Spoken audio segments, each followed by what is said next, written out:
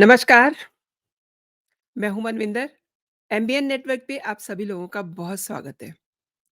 आज की रात दिल्ली के सीएम अरविंद केजरीवाल बामुश्किल गुज़ारी है उन्होंने अपनी रात। उन्हें ये दिलासा है कि उनकी बात सुप्रीम कोर्ट सुनेगा। सुनेगा या नहीं सुनेगा?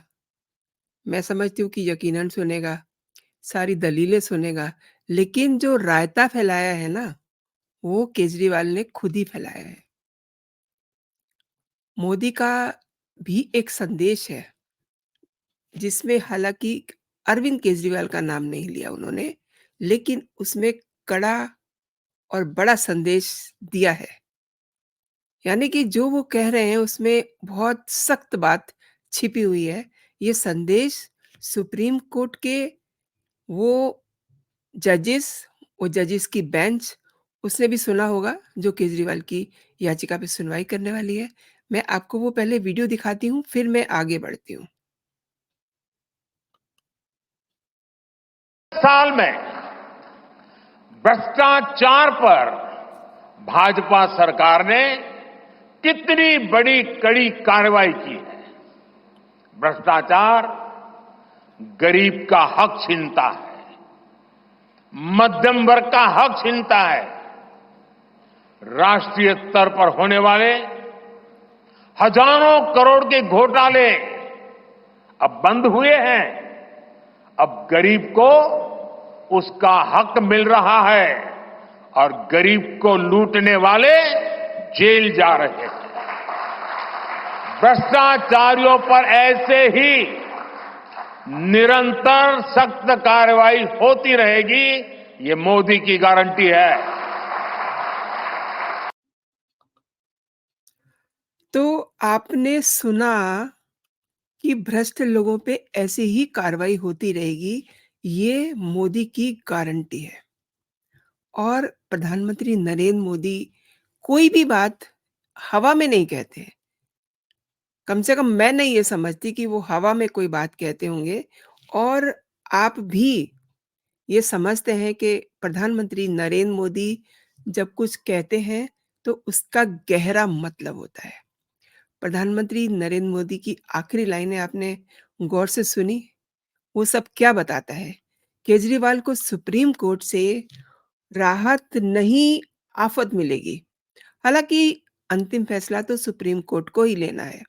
प्रधानमंत्री ने भ्रष्टाचार के खिलाफ ज़ीरो टॉलरेंस की बात की है। ये भी अपने आप में बहुत बड़ी बात है और ये बात उन्होंने पहली बार नहीं की है।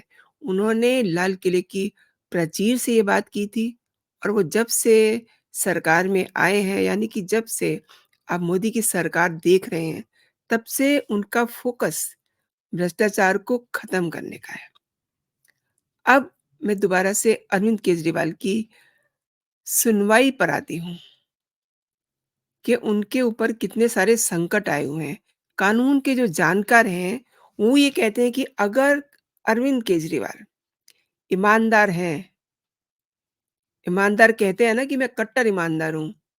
अगर वो इसे दिखाते हुए ईडी के पहले, दूसरे, तीसरे या फिर चौथे सम्मन पर भी पेश हो जाते, तो स्थितियाँ आज ये नहीं होती। केजरीवाल आज जेल के पीछे नहीं होते।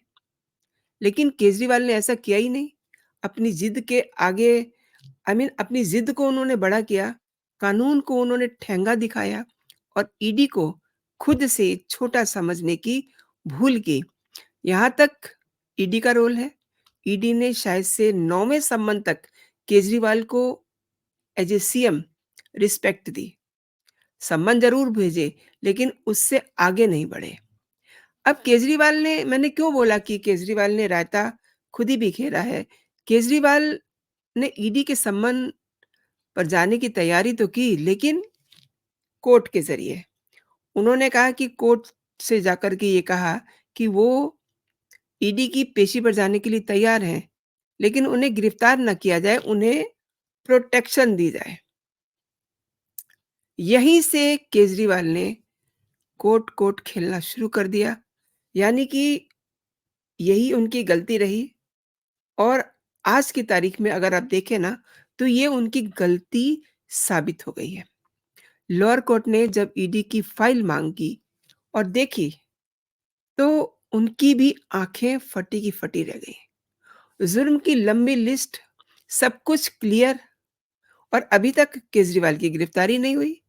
कोर्ट ने उल्टे ईडी को ही सवाल कर दिया कि आपको इनकी गिरफ्तारी करने से कौन रोक रहा है? ये जो लाइन है कोर्ट की, ये बहुत बड़ी लाइन है। उसी दिन 21 मार्च को केजरीवाल को शाम को उनके घर से गिरफ्तार कर लिया गया। और जिस तरीके से अरविंद केजरीवाल को गिरफ्तार किया गया है ना, उसे कहते हैं कि उन्हें उठा लिया गया।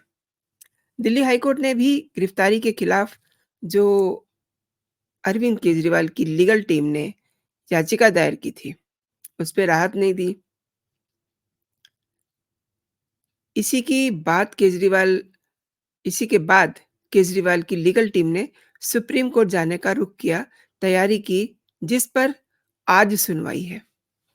अब केजरीवाल के सामने एक आध संकट नहीं है, उनके सामने संकट की लाइन लगी हुई है। मैंने आगे भी एक वीडियो बनाया था कि उनकी तरफ मुश्किलों की कॉनवाई जो है वो चल दी है। पहला संकट तो यही है कि याचिका पर सुप्रीम कोर्ट क्या स्टैंड लेगा, ये सिर्फ सुप्रीम कोर्ट जानता है। ये सोच करके उन्हें रात भर नींद नहीं आई। दूसरा संकट, दिल्ली की सरकार का संकट, जहाँ कई सारी पेंडेंसियाँ हो रही हैं। आई मीन सीएम को कई फाइलों पर संस्तुति करनी होती है। हालाँकि ये भी दिलचस्प है कि अरविंद केजरीवाल ने कभी किसी फाइल पर साइन ही नहीं किए, उनके पास कोई विभाग ही नहीं था। लेकिन इसके बावजूद हर फाइल में, हर आदेश में, हर फैसले में सीएम को बाकायदा सीएम की कंसेंट ली जाती है। काम करने वाले लोग तो दूसरे ही होते हैं। और अरविंद केजरीवाल को तो वैसे भी बहुत सारे काम थे। शराब घोटाले को लेकर के, जल घोटाले को लेकर के, तमाम सारे घोटाले। अभी तो एक ही घोटाला खुला है दोस्तों, शराब घोटाला, अभी तो जल घोटाला, उसके बाद बस घोटाला, उसके बाद पैनिक घोटाला। देयर आर सो मेनी घोटालास इन अरविंद केजरीवाल की जो सरकार है उसमें। अच्छा, अब जेल से सरकार चलाने की उनकी पूरी तैयारी थी। उनको ये लग रहा था कि जेल तो भई उनके जो यारी दोस्ती है उसी के मंत्री जेल चलाते हैं, जेल उनके अंडर में है और उन्हें कोई दिक्कत नहीं होगी। जेल से जैसे भी चाहेंगे वैसे ही वो कर लेंगे। इसीलिए ये सोच करके आज तक उन्होंने इस्तीफ़ा नहीं दिया। अब अब आज की सुनवाई के बाद उन पर ये प्रेशर भी बनेगा कि वो इस्तीफ़ा दें। पिछले कई दिनों से ये बात चल रही है, आपको पता ही है कि उनके साथ जो मुलाकातें करने वाले लोग जा रहे हैं, उन पर पूरी नज़र रखी जा रही है। क्यों? क्योंकि अरविंद केजरीवाल ने सरकार चलानी शुरू कर दी थी, आदेश देने शुरू कर दिए थे और इसी दौरान एक बड़ा पंगा हो गया। आई एम सॉरी टू से, इस पंगा इस सेंस में हो गया कि उनके एक मंत्री ने इस्तीफ़ा दे दिया और अभी इस्तीफ़ों की और लंबी लाइन होने वाली है। इससे पहले कि ये पेंडेंसी बढ़े, अब जो राजकुमार आनंद हैं, उनके इस्तीफ़े को अभी तक स्वीकार नहीं किया गया है, राइट? अब कितने दिन तक बंदा लटका रहेगा? क्योंकि स्वीकार करने के बाद भी बहुत सारी फ़ॉर्मेलिटीज़ होती हैं। ये उनका इस्तीफ़ा राष्ट्रपति तक जाएगा। तो अभी तो इस्तीफ़ा फ़ाइल में बंद है, क्योंकि उन्होंने एड्रेस किया है अरविंद केजरीवाल को। अगर ये इस्तीफ़ा एलजी को होता, तो मेबी इतना संकट नहीं आता। लेकिन उन्हीं की सरकार में कुछ ऐसे लोग हैं, जो ये सब आई शुड से शैतानियाँ करवा रहे हैं। यानी कि अगर ये राजकुमार आनंद का इस्तीफ़ा अ, किसी दूसरे को एड्रेस होता, आई मीन एलजी बैठे हुए हैं, उनको अगर वो एड्रेस करते, तो उनका इस्तीफ़ा स्वीकार हो जाता।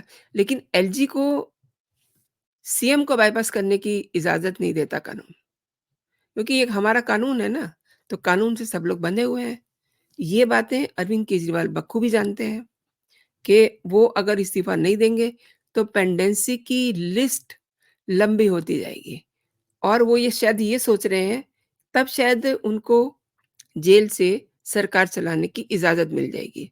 एंड मैं आपको एक एक बार फिर से बता दूँ कि उनको 21 मार्च को अरेस्ट किया गया, लेकिन उन्होंने 2 महीने पहले से ही तैयारी की हुई थी। उन्होंने बाकायदा दिल्ली की जनता से रेफरेंडम करवाया कि मुझे अगर गिरफ्तार किया जाता है, तो मैं क्या करूँ? What I should do? मैं जेल से सरकार चलाऊँ या कि मैं इस्तीफ़ा दे दूँ?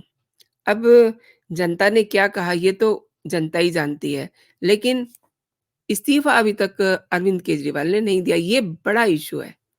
इस्तीफ़ा नहीं दिया और दिल्ली सरकार में कई सारी चीज़ों की पेंडेंसी हो गई है और आपको पता ही है कि अब उनका वो सपना भी टूट गया कि वो जेल से सरकार चलाएँगे क्योंकि उन पे नज़र रखी जा रही है। देखिए नज़र कई वजहों से रखी जा रही है। ये तो बात समझ में आती है कि जेल मैनुअल कहता है कि आप किसी फाइल पर, किसी कागज़ पे साइन नहीं करेंगे। एंड दूसरी बात नज़र रखने की ये है कि उनकी सिक्योरिटी इश्यूज़ को लेकर के भी उन पर नज़र रखी जाती है कि उनको कोई उनके साथ कोई प्रॉब्लमैटिक इश्यू ना बन जाए। नहीं तो बाहर बैठे आपिये जो हैं, वो और शोर मचाएँगे।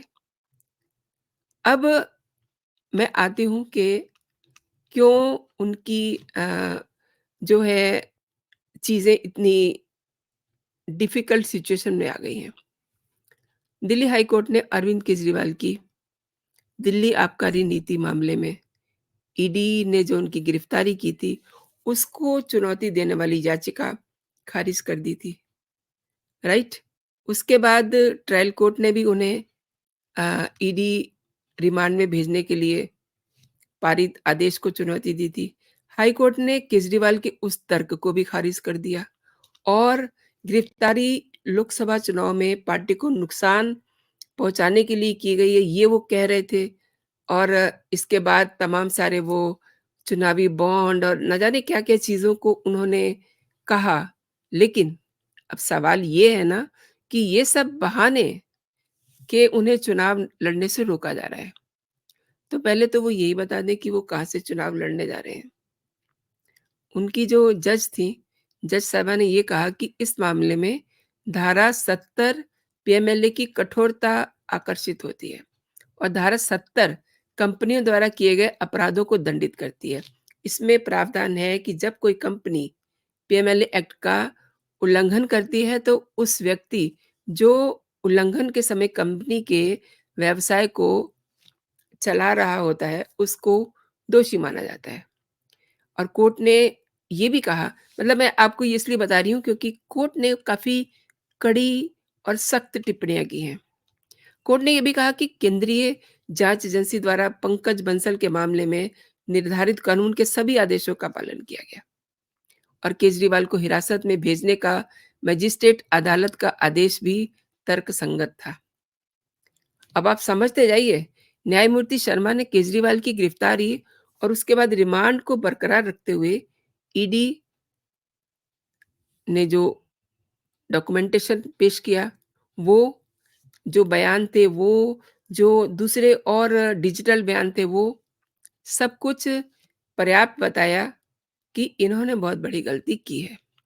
अब आप ये देखिए ना कि जो ईडी ने अ, डॉक्यूमेंटेशन इकट्ठा किया हुआ था, उससे ये पता चलता है कि केजरीवाल ने साजिश रची और वो पूरी तरह से शराब नीति में शामिल थे और ये जो उन्होंने पैसा जो है वो अपराध की आय का इस्तेमाल किया और उन्होंने पर्सनली इसमें इनिशिएटिव लिया, गलत काम किया और अब आप देखिए कोर्ट की एक और बहुत गंभीर टिप्पणी है। उन्होंने कहा कि आप पार्टी के संयोजक भी हैं, तो उन्होंने अपनी पार्टी को भी मुश्किलों में डाल दिया है। अब सवाल ये है केजरीवाल को नींद आए या ना आए, केजरीवाल को अच्छा लगे या ना लगे, उनकी पार्टी बाहर जो भी शोर मचाए, लेकिन कोर्ट ने ये भी कहा कि कानून सबके लिए बराबर है और जो ये बात कही जा रही है कि चुनाव के समय उनको अरेस्ट किया गया है, तो इसके साथ ये भी आप समझिए ना कि चुनाव के समय की परवाह किए बिना कानून के अनुसार उनकी गिरफ्तारी की गई है और ये कह रहे हैं कि रिमांड की जांच होनी चाहिए। तो ये कैसा तर्क हुआ? केजरीवाल के वकील ने सरकारी गवाहों द्वारा केजरीवाल के खिलाफ दिए गए बयानों की मतलब उनकी सत्यता पे भी उन्होंने सवाल उठा दिया है। लेकिन जज साहिबा ने बहुत अपना स्पष्ट आदेश दिया। ये आदेश पहले उन्होंने रिज़र्व रख लिया था। उसके बाद उन्होंने इसको गहन अध्ययन और रिसर्च के बाद इसको ओपन किया था सबके सामने कि इनको अभी कोई रियायत नहीं दी जा सकती। उसी के बाद ये सुप्रीम कोर्ट गए और आज उसी मामले में फिर से सुनवाई है। केस पूरा सेम है, जज बदले होंगे, ऑब्वियसली जज का सोच, समझ सब कुछ बदल जाता है। एक जज एक मैटर को दूसरे तरीके से डील करता है, दूसरा जज उसको दूसरी तरीके से समझता है और अब ये देखना बड़ा दिलचस्प होगा कि आज सुप्रीम कोर्ट में क्या होता है, क्योंकि आज के फैसले पर बहुत कुछ निर्धारित हो जाएगा। अब तक जो केजरीवाल ये कह रहे थे कि उनकी गिरफ्तारी गलत है और वो जेल से ही सरकार चलाएँगे, तो यहाँ पर भी उनको सोचना पड़ेगा। सोचना ये पड़ेगा कि उनको इस्तीफ़ा तो देना ही पड़ेगा। मैंने आपसे अभी ज़िक्र किया ना इसी वीडियो में कि बहुत सारी पेंडेंसी हो रही है। हो सकता है अगले दिनों में कुछ और इस्तीफ़े आ जाएँ, तो क्या उनके इस्तीफ़े, उनके विभाग ऐसे ही हवा में रहेंगे? उनको कोई और ऑफ़िशिएट नहीं करेगा और ये आदेश केवल सीएम कर सकता है। एक और बात, 15 अप्रैल को एक और इम्पोर्टेंट बात होने जा रही है। उनको उनके एक और सीएम दोस्त भगवंत मान भी मिलने आ रहे हैं। उनको समय का स्लॉट बता दिया गया है, 12 बजे उनकी मुलाकात होनी है। ऑलमोस्ट केजरीवाल के जो इस पे याचिका पे जो फैसला होना है, वो भी ऑलमोस्ट यही टाइम होगा। अब ये कह नहीं सकते कि जो फैसला होगा, वो सुरक्षित भी रखा जा सकता है। ये तो कल ही पता चलेगा। लेकिन भगवंत मान उनसे मिलने आ रहे हैं। अब कहा तो ये भी जा रहा है कि ये जो बाहर आप ये शोर मचा रहे हैं, केजरीवाल चाहेंगे कि शायद से भगवंत मान उसको हैंडल करें और एक जो संभावना है वो ये भी है कि भगवंत मान को शायद वो सह-संयोजक बना दें और फिर उन्हें कहें कि आप विधायकों की बैठक बुला लीजिए। अगर अगर राष्ट्रपति शासन लगने की सूरत में फिर वो सुनीता केजरीवाल को मुख्यमंत्री के लिए कह सकते हैं। तो ये एक तरीका हो सकता है, लेकिन हो सकता है। अब केजरीवाल के मन में क्या है, भगवंत मान को क्या कहना है, क्या उन्हें स्ट्रैटेजी बनानी है, वो ऐसा कुछ नहीं है कि चुनाव के लिए वो स्ट्रैटेजी बनाने के लिए जेल जा रहे हैं। कल इस बात पे भी बहुत कुछ इम्पोर्टेंट उनमें बातचीत होने वाली है और उसका खुलासा ऑब्वियसली भगवंत मान करेंगे। अब ये देखना भी बड़ा दिलचस्प होगा। तो दोस्तों, आपने मेरे साथ पूरा वीडियो देखा। आपका बहुत-बहुत धन्यवाद। आजकल आप लोग मेरा चैनल सब्सक्राइब नहीं कर रहे हैं, जो नए दर्शक हैं। मैं चाहूँगी जो मेरे नए दर्शक हैं, मेरे चैनल को सब्सक्राइब करें और अगर आप इसे रियली पसंद कर रहे हैं, तो इसको लाइक ज़रूर करें। इस पे अपनी टिप्पणी ज़रूर दें एंड एक बेल आइकन भी होता है, उसकी बड़ी इम्पोर्टेंस होती है। अगर आप उसको प्रेस करेंगे, तो आपको ऑटोमैटिकली मेरे वीडियोज़ और नोटिफ़िकेशन मिलेंगे। तो उसे आप प्रेस कर दीजिए। अभी के लिए इतना ही दोस्तों, आप अपना और अपनों का ख़्याल रखिए, खुश रहिए, स्वस्थ रहिए। जय हिंद, जय भारत।